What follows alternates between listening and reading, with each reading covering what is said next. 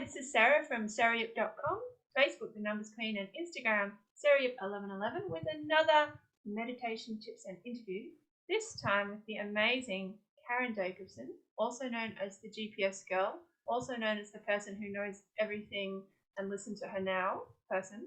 Karen, welcome. Thank you. How are you? Very happy to be connecting with you again. We've previously done an interview about technology. We have. And this one is I guess, ancient technology, isn't it? Meditation is this way of tapping into a network within us and outside of us. I am so excited that you asked me to talk about this topic. I can tell. I'm very pleased that I did. You're making me happier and happier, actually, the more we talk. So, very short interview, but when did you start meditating, roughly? I started regularly meditating on July 7th, 2011. Goodness me, that's very precise. It's very precise. Can I tell you why? I would love to know why. For the previous maybe 11 years, I had meditated at the end of yoga classes and regularly gone to yoga, up to 3, sometimes more times a week. So really dedicated yoga class attendee for a long time. So that was my introduction to and my experience of meditation. And that particular period of time leading up to July 7th, 2011, I was really, really frustrated with myself because I was reading everywhere how important meditation was. And it was like, it was really, really important. And the value and the benefits health-wise and all of those things. And I just was having such a challenge doing it daily. Yeah. And I felt like there was no amount of meditation that was going to be enough. I was suffering from the not enough. And I had a small child at the time. He was 3, and people that I knew who were serious meditators said, oh, you have to meditate at least 30 minutes to get any value. Gosh. It has to be very first thing in the morning. So that really stopped me. And at this particular point, I made a decision. I actually spoke with a really amazing friend who asked me just the right questions. How long do you think you could meditate for? And when do you think you could meditate? And like, how long would be enough that you would feel like you were doing something? So I made it up. Okay, it's going to be 15 minutes. It's going to be once a day. And it doesn't matter when it is, whatever time of day, even if it's the last 15 minutes before I turn the light out at night. So I did that for 8 years. And that's from that particular date. That's when you started the 15-minute. I have not missed a day since meditating since that day. Wow, I've got goosebumps. That's actually amazing. I can't imagine that. I've meditated before every reading I do, and I do an average of 1 reading a day. So that's interesting, and I mean that's close, but not quite the same. So you've actually kind of answered my next question, which was, who inspired you to meditate? Did you do a course? Did you have a teacher? No, I actually have an answer to that question too. Because then I had read about transcendental meditation, which is referred to as TM. I'd read about it. I'd heard about it. I'd read about it for years. It really appealed to me, but I was like, how on earth would I meditate twice a day for 20 minutes each time? That's unrealistic. And then around that time, August of 2019, I was like, you know what? I'm ready to do that. And I went and I registered for the TM course. I did the course.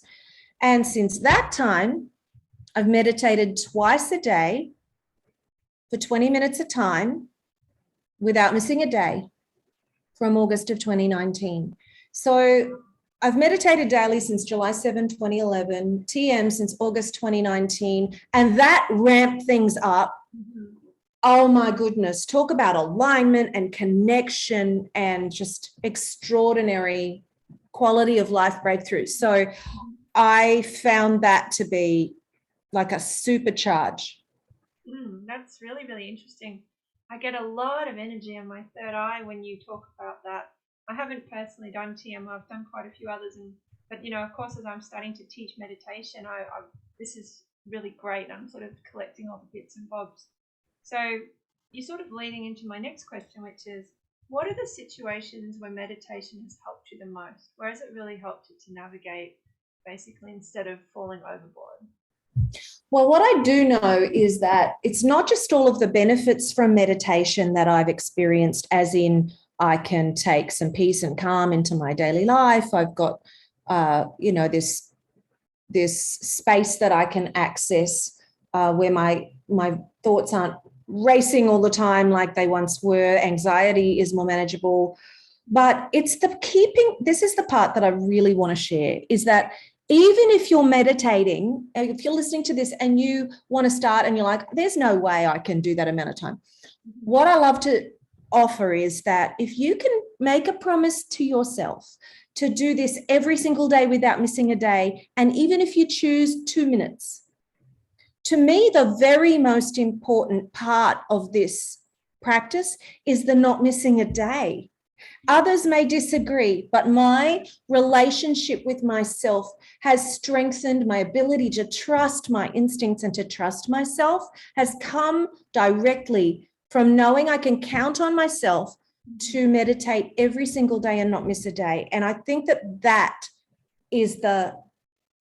a big key. And if you're listening to this and you want to start or you want to keep doing it, don't get caught up in the doing it right, because nobody does it right. There's no such thing as doing it right. But if you can make a promise to yourself and keep it every day, life will alter. Wow, well that's really beautiful. Now, I didn't quite catch. So, were there particular situations where it's really helped you? I mean, obviously, you're saying parenting has helped, and I guess it sounds like self-empowerment has helped. Definitely, management of anxiety. I see. Yep. And I'm a musical performer, so I sing, I play piano. I find that I can just access a more connected and less distracted space when I'm performing. It's like a higher vibration space. And something I'm excited to share with you that started to happen for me after I did TM sometime in the first year of my TM practice was I would be meditating and then a melody would come into my mind. Wow. And I'd be like, oh, no, I'm meditating right now. Because when you read about and learn about meditation, it's like there'll be all kinds of things that will distract you, but put those things to one side and just stay in the meditation. So that's what I was doing. But one day the melody was like, this was happening, but I was like, no, not ignoring it, but like, just wait. But then one day the melody must have been just so strong that I was like, oh, it was persistent. That's what it was. It was persistent. So I picked up my phone. I interrupted my meditation. What a bad girl. Picked up my phone and I pressed record on voice memo and I sang the melody into my voice memo. And then I went back to my meditation. And Sarah, I write so many songs this way now. Wow. I've been researching obviously meditation recently, but because I have a huge interest in music, I've been reading a lot of interviews, and like Ed Sheeran has written thousands and thousands of songs, and I don't know that he mentioned meditation, but I think it's something like that. And I was sort of thinking, gosh, there's got to be some zone that they get themselves into that's similar to a meditative state in order to, you just can't pull that off with a daily sort of mind. So you're kind of confirming something for me, and I actually get a lot of my blog articles and ideas, even just for the clients that are going to come in that week, and they kind of just park themselves to one side, and I sort of put them in these little subfolders in my head. So it's interesting. I mean, there are layers of meditation, and there's different reasons that we need to do it. But I guess what you're actually saying has opened up something in my mind, Karen. In my head, I don't meditate every day because I only do this track, before I do a reading. But now that you say that, actually, multiple times during a day, I do this little energy clearing on myself. Before sleep, I do a particular clearing, and actually, there's quite a few times that I would just, while parenting or doing things, I would do like a relaxation and I put myself into that. I'm not sure what they call it, but a certain brainwave state. And that happens so quickly now that I guess I actually do meditate every day. But I very much built it into my life. I would love to do the 20 minutes. That would be a stretch goal for me right now. I would love to share. I used to go to yoga a lot. It's dropped off since I had 3 kids. But this morning I got up and I was just determined to finish a whole Kriya. So I actually did a whole sort of 22-minute Kriya. And that would have been like several years. I mean, I was sort of laughing because as I finished it, of course, my husband forgot something and came in. And I thought it had to be the one time I tried to do yoga. Right. Even as he came in, I just sort of kept doing my chant, and he just went out again, and I was like, "Oh, that wasn't so bad." Right. And I felt this enormous sense of accomplishment because what I'm getting from what you're saying is there's this loveliness that can arise and this intimacy and trust, perhaps, that every day you'll check in on yourself. And so therefore it would be hard to lose track of your purpose and lose track of your heart as much. So I love this idea that it can be done. I must admit, a lot of the people I'll be interviewing and have interviewed, not that many of them do what you do, it has to be said. But I'm kind of happy to have a spectrum, and I love the fact that you're very real about it as well, and kind of how you've built up to it. Well, 2 things about that. One is that in the early months and years, I would have a fight with myself about getting around to it. So there were lots of times where it was the last 15 minutes before I turned out the light. Or, gee, I really should meditate now. I should meditate before noon. I was just in this battle with myself. I followed through with it, but I suffered.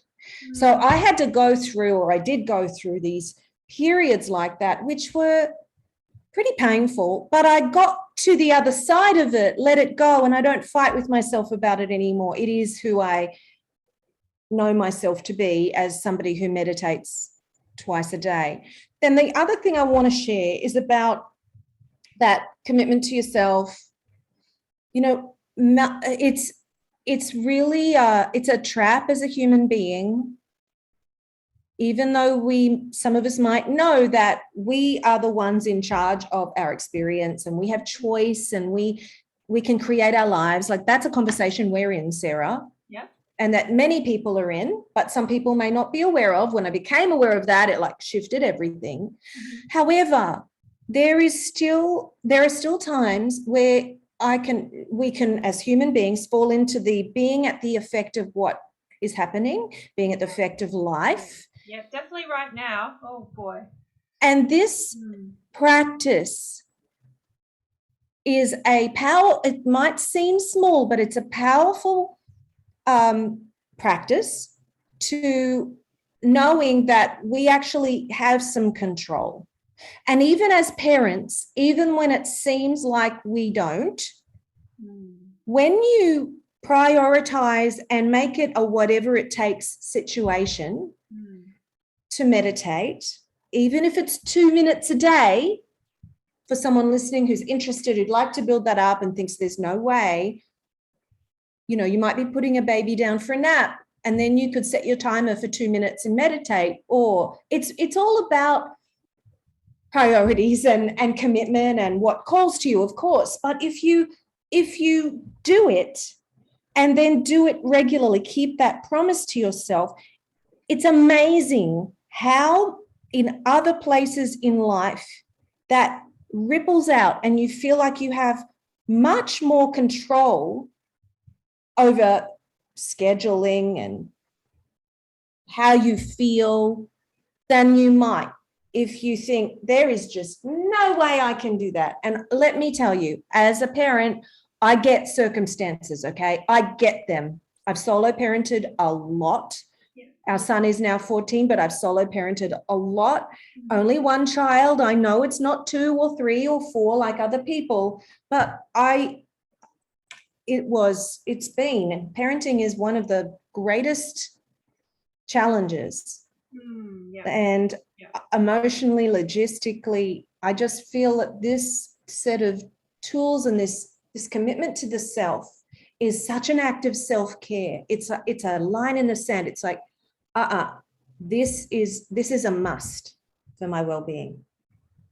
I just love that. Yes, that's reframed quite a few things in my head in this very small chat. And of course, being a numbers person, when you were talking about the 15 minutes in my head, I sliced up the 24 hours in each day and I went, oh, actually, that's, what's that, 1 or 2% of a day. Do you know what I mean? Because you've got 15-minute increments in an hour, you've got 24 hours in a day. And when I put it like that, I think, gosh, 1 to 2% of the day to basically save time, energy, and money by identifying what is, happening for me and myself.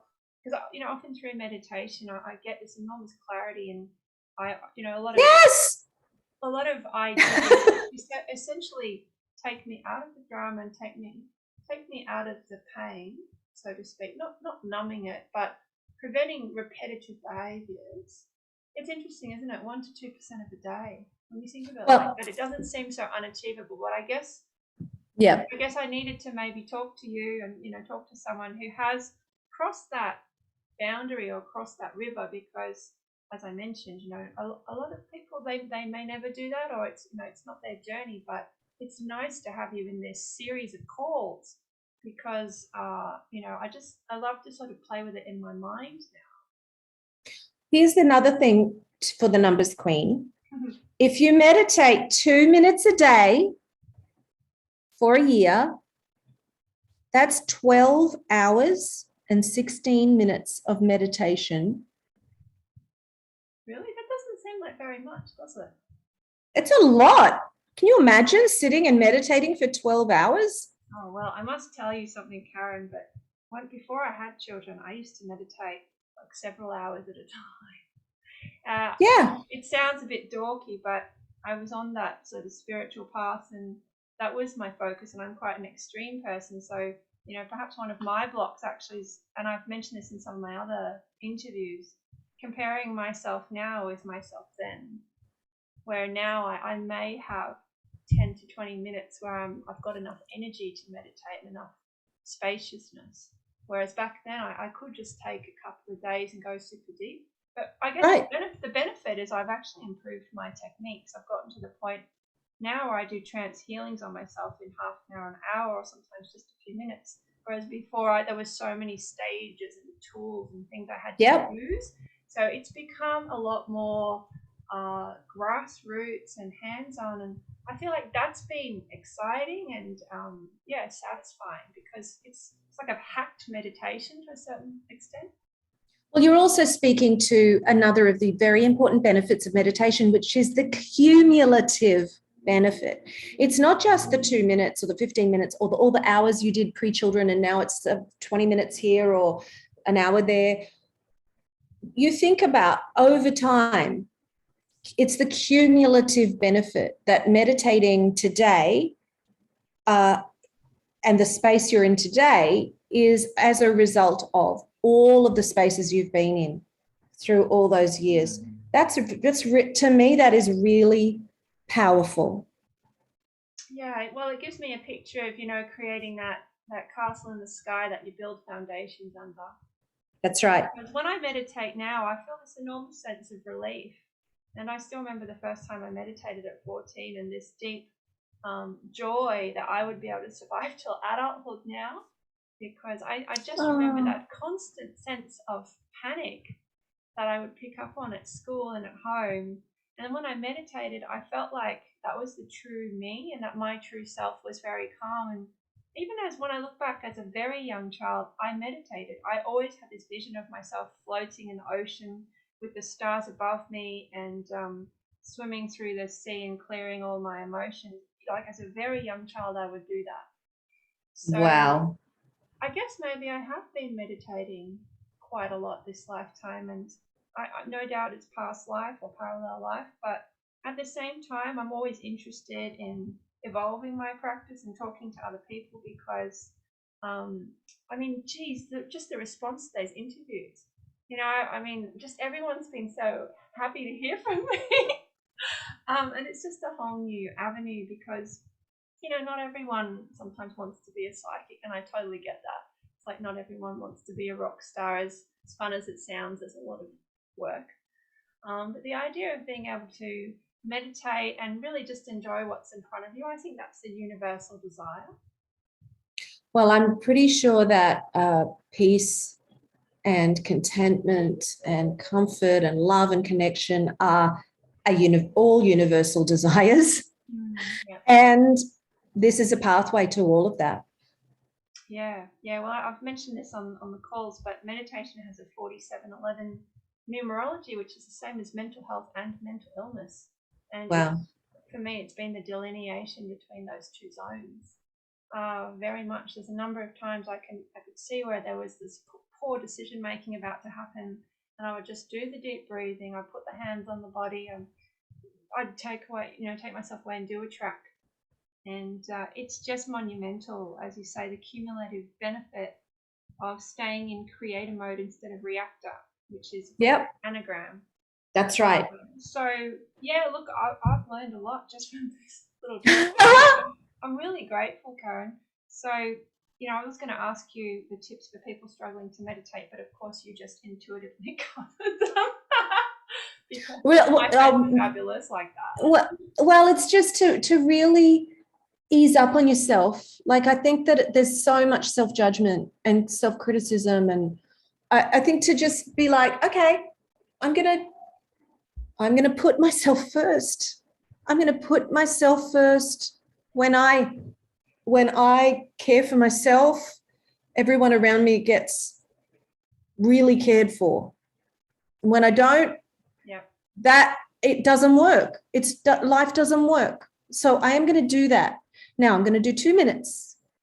I'm going to give this thing a go. And I would highly encourage your people, anybody listening or watching, to go big with your goal. For a year, I'm going to do this 2 minutes a day.